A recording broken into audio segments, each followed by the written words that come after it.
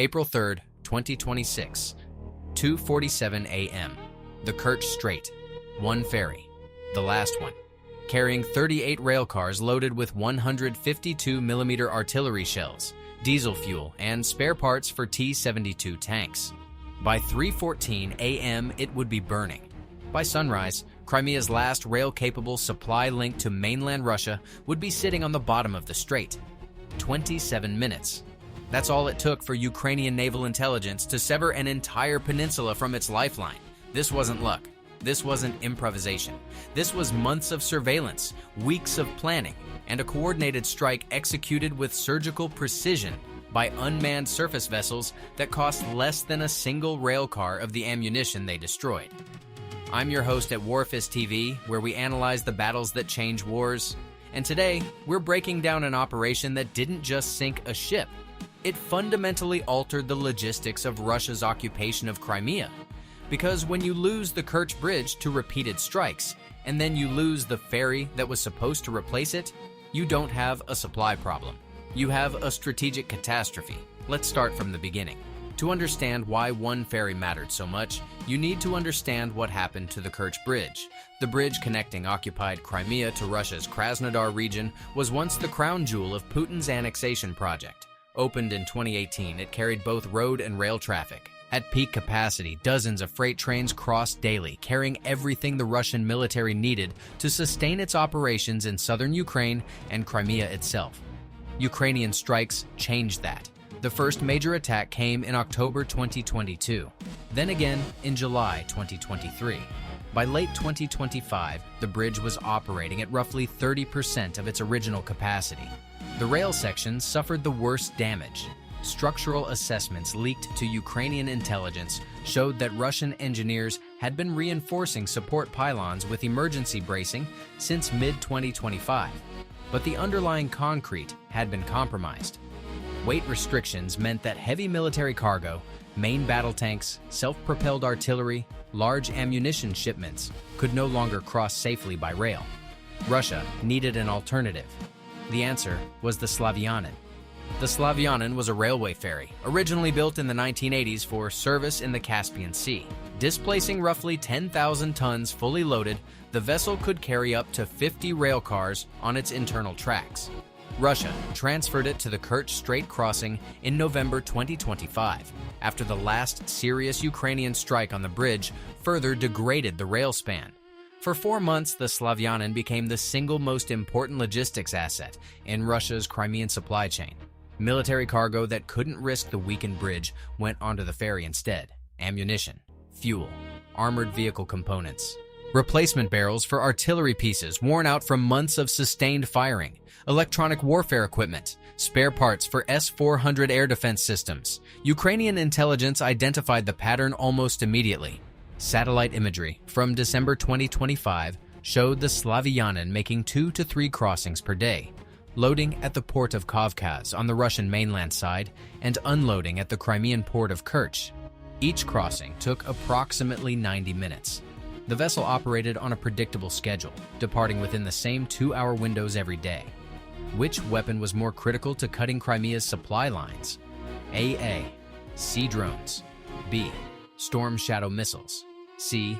HIMARS. Comment below. Predictability is a death sentence in modern warfare. Ukrainian naval intelligence, operating under the main Directorate of Intelligence, known by its Ukrainian acronym HUR, began building a comprehensive picture of the ferry's operations. Satellite passes provided schedule confirmation. Electronic intercepts of port communications revealed loading manifests.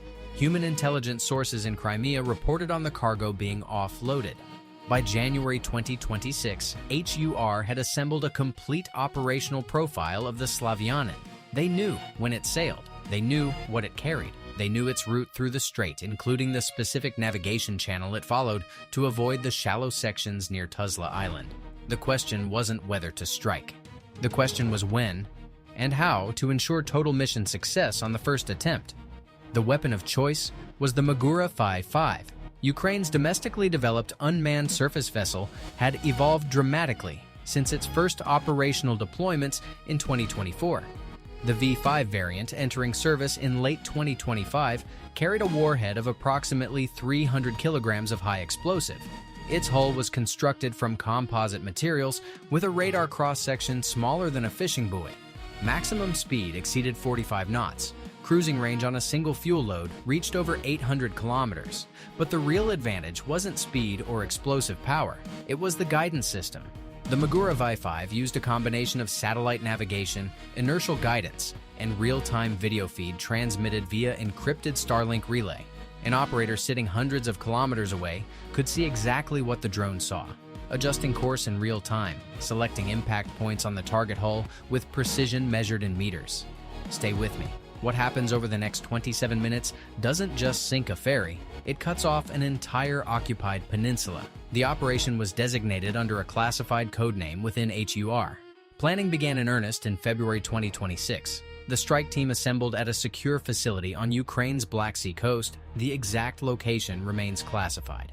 The team consisted of experienced naval drone operators, several of whom had participated in previous strikes against Russian Black Sea Fleet vessels, including the attacks on the missile cruiser and multiple patrol ships throughout 2024 and 2025.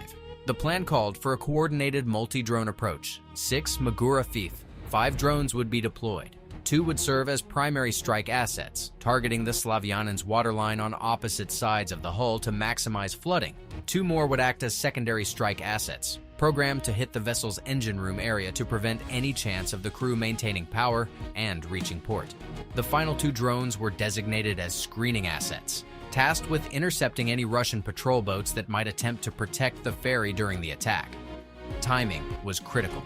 The strike window was selected for early April, during a period when satellite intelligence confirmed increased cargo volume on the ferry, likely connected to a Russian ammunition resupply cycle for forces in southern Crimea.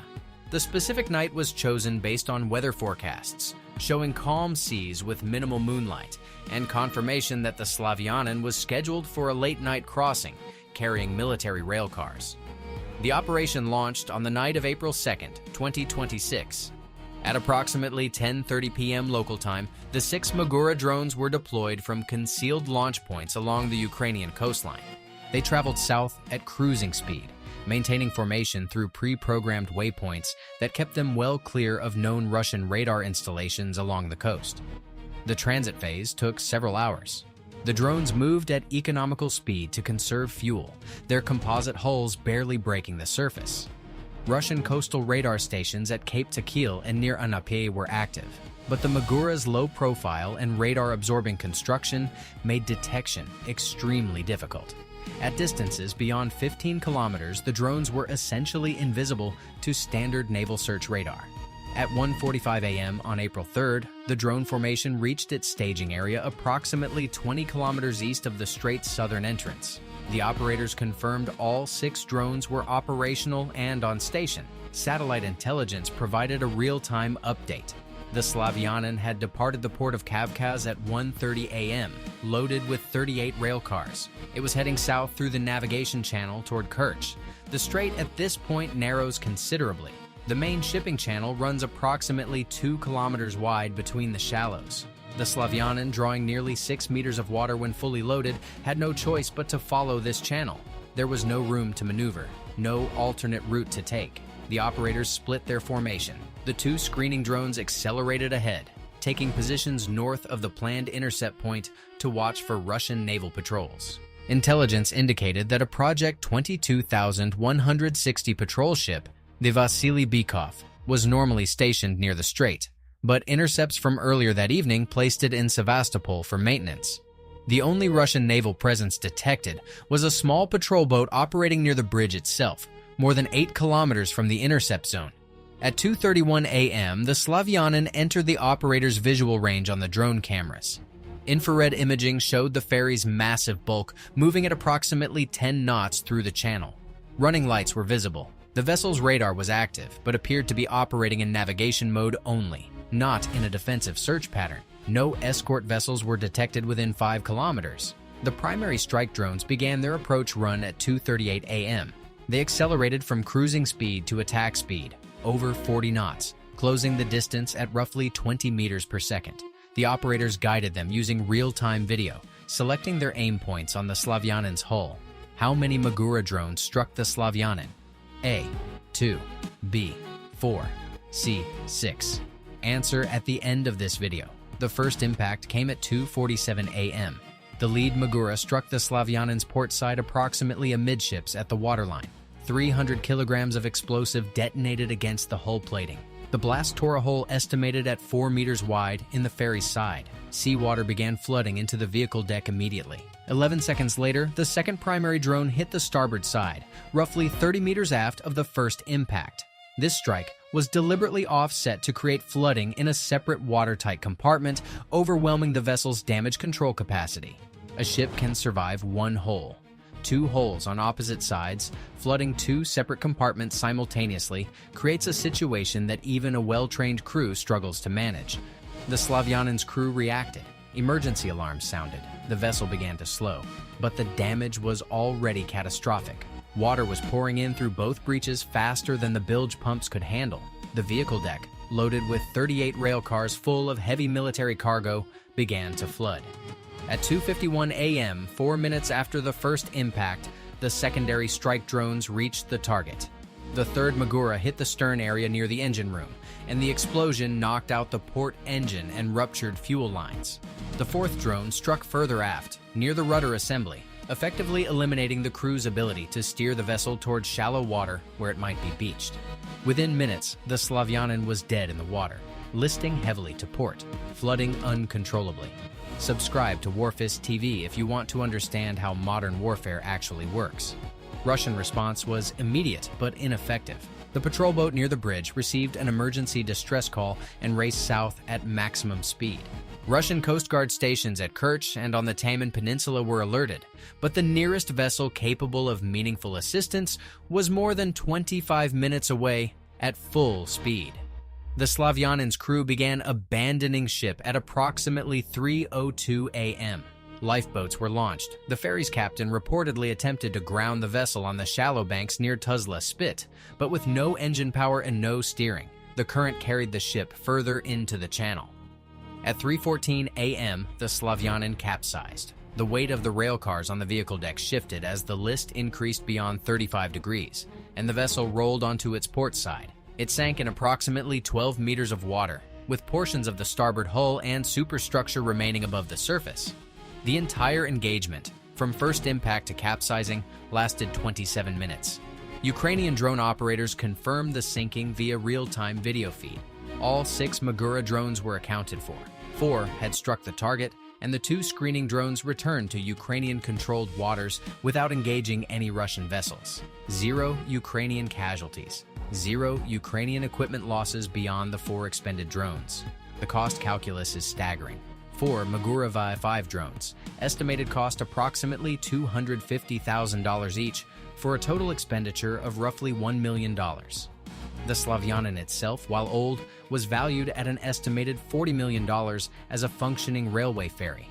But the true cost to Russia wasn't the ship. It was the cargo.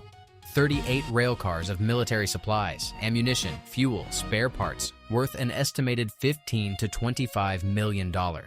And the strategic value of losing the last reliable heavy transport link to Crimea is incalculable. Russia now faces a logistics nightmare. The Kerch Bridge rail section can handle only light cargo under severe speed and weight restrictions.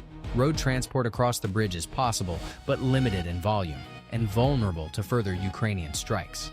Air transport via military cargo aircraft can deliver high-priority items, but at a fraction of the volume that rail and ferry could handle, and at enormously higher cost per ton.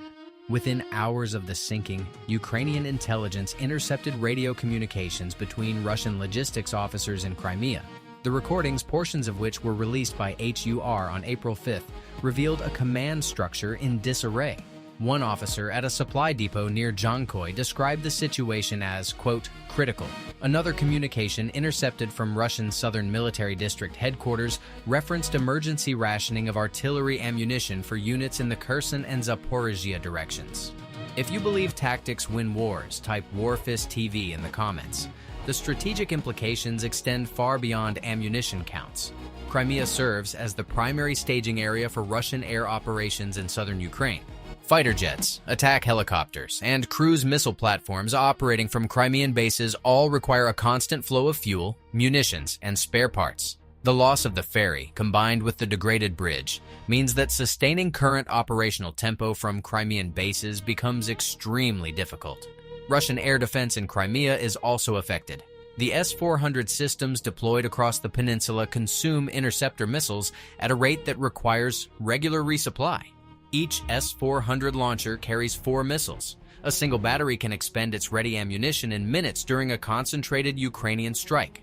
Replenishing those missiles now depends on road transport across a damaged bridge or limited airlift, both of which introduce delays that create windows of vulnerability. Ukrainian military planners understand this. The strike on the Slavyanin wasn't an isolated tactical action. It was part of a broader campaign to systematically degrade Russia's ability to sustain military operations in Crimea. Previous strikes targeted fuel storage facilities at Feodosia in late 2025. Ammunition depots near Sevastopol were hit in January 2026. Port infrastructure at Kerch received damage from a combined drone and missile strike in February 2026. Each strike individually was significant. Together, they form a pattern of strategic strangulation. Ukraine is methodically cutting the logistical arteries that keep Russia's Crimean garrison functional. The Russian response options are limited.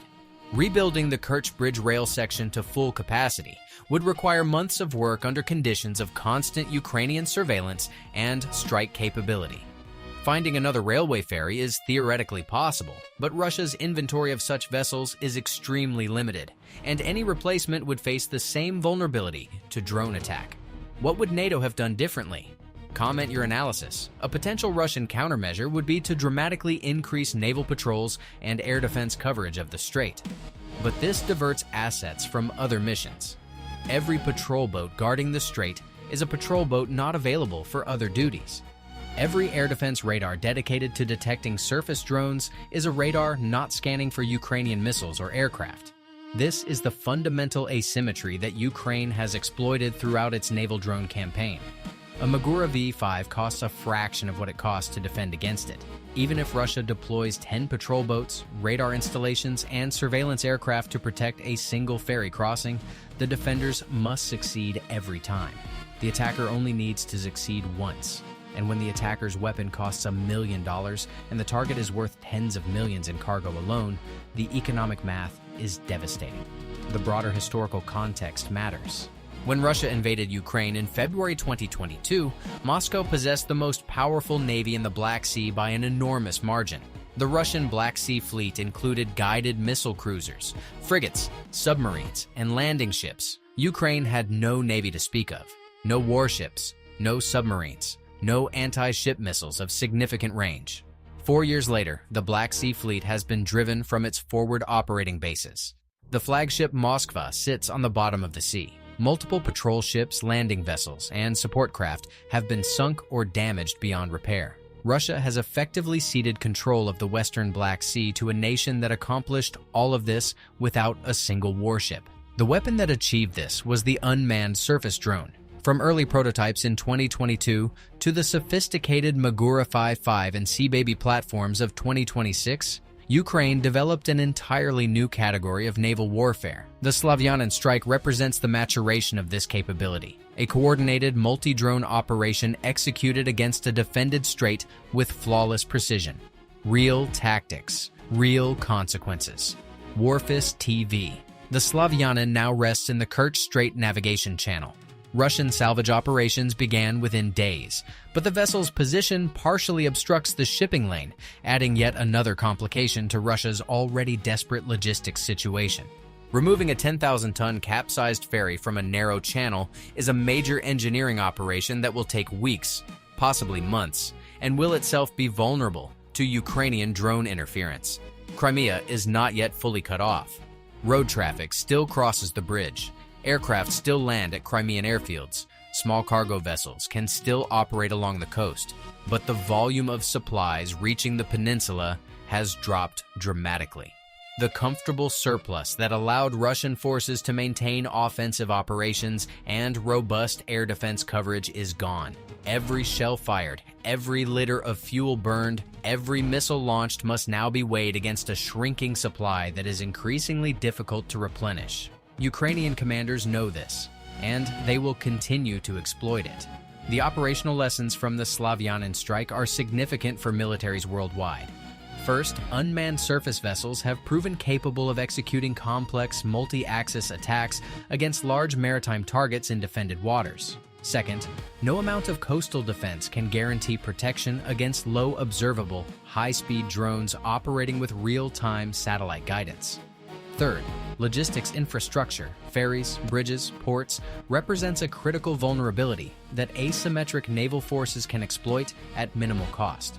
NATO analysts have taken notice. Several allied navies have accelerated their own unmanned surface vessel programs in response to Ukrainian successes. The United States Navy's Task Force 59 in the Persian Gulf has been studying Ukrainian drone tactics extensively. The British Royal Navy has increased funding for autonomous maritime systems. These programs were already underway before the Slavyanin strike, but the operation provided a compelling real-world validation of the concept. For Russia, the lesson is grimmer. The Crimean supply crisis is not a temporary setback. It is a structural problem that worsens with every successful Ukrainian strike. The options for solving it, rebuilding the bridge, deploying alternative ferries, increasing airlift capacity, are all expensive, time-consuming, and themselves vulnerable to further attack. Now, the answer to our earlier question, how many Magura drones struck the Slavyanin? The answer is B, 4. 6 drones were deployed in total, but 2 served as screening assets and did not engage the ferry. 4 drones struck the Slavyanin, 2 primary strikes on opposite sides of the hull amidships, and 2 secondary strikes targeting the engine room and rudder assembly. The staggered multi-axis attack overwhelmed the vessel's structural integrity and ensured it could neither stay afloat nor reach shallow water. 3 questions to consider.